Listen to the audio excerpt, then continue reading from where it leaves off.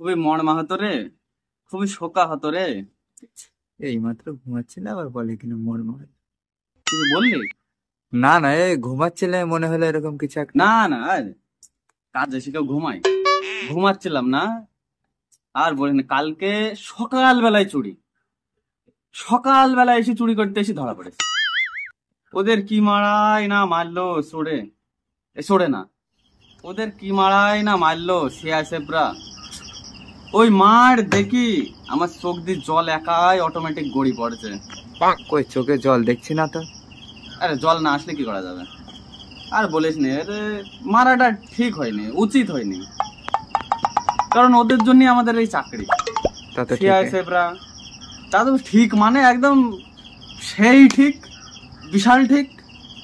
ওরা না থাকলে আমাদের চাকরি হবে না, চাকরি না হলে দুটো খাতি পাবো না, আমাদেরও চুরি করতে যেতে হবে।